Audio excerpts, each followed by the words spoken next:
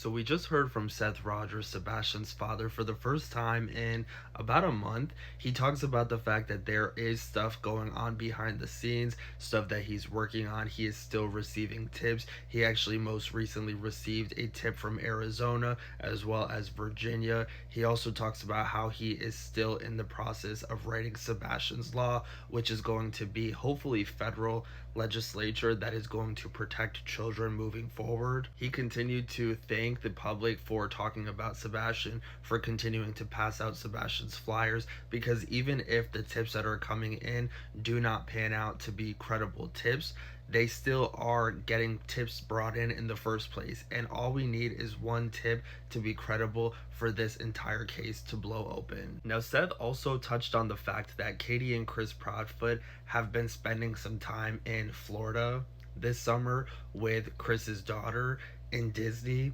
He also talks about the fact that Katie and Chris may or may not have emptied Sebastian's room out completely, and questions whether or not Sebastian ever made it home from the Texas Roadhouse. Seth is just having a hard time understanding why he is the only parent who seems to be continuing to advocate and fight for Sebastian to be found. He also mentioned how Chris Proudfoot had told him something about kicking Sebastian out and seeing if he could make it out on his own outside of underneath his own roof. Like, what is that? The signs are all there that Chris Proudfoot did not want Sebastian living in his home. He said that this is not the Katie that he married, this isn't the Katie that he divorced, and he is really upset that she has seemingly chose Chris Proudfoot over her own son. I'm gonna play some clips from his live stream tonight. Take a listen and let me know what you guys are thinking in the comments. Been really busy tracking down stuff.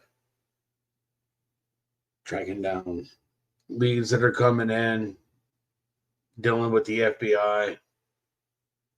I've been dealing with a lot of other law enforcement agency groups. It's hard to find anything that's enjoyable while this is going on.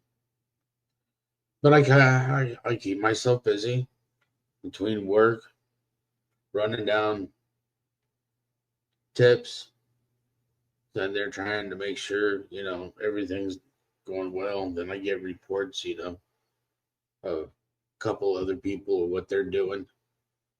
You know, the fact that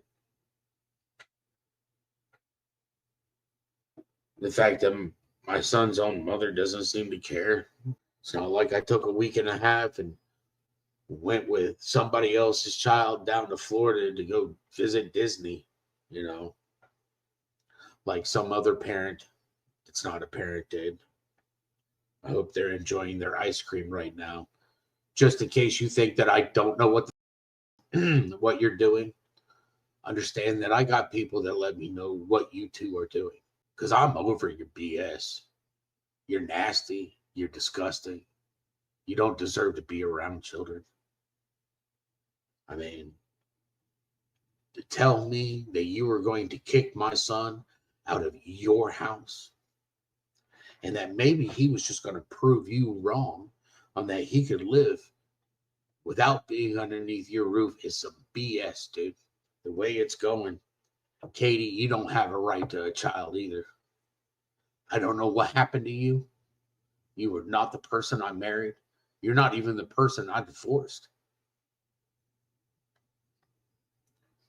But if your significant other that you decide to bring into your child's life can't deal with your children, they're not worth your time either.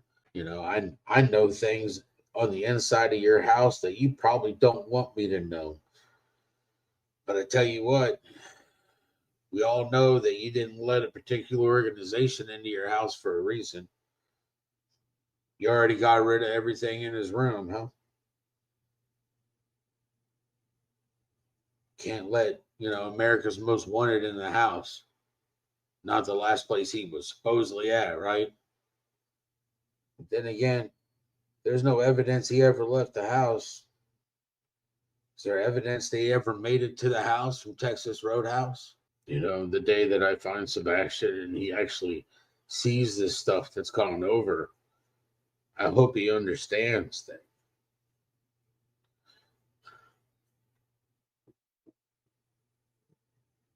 that I'm doing everything I can to find him.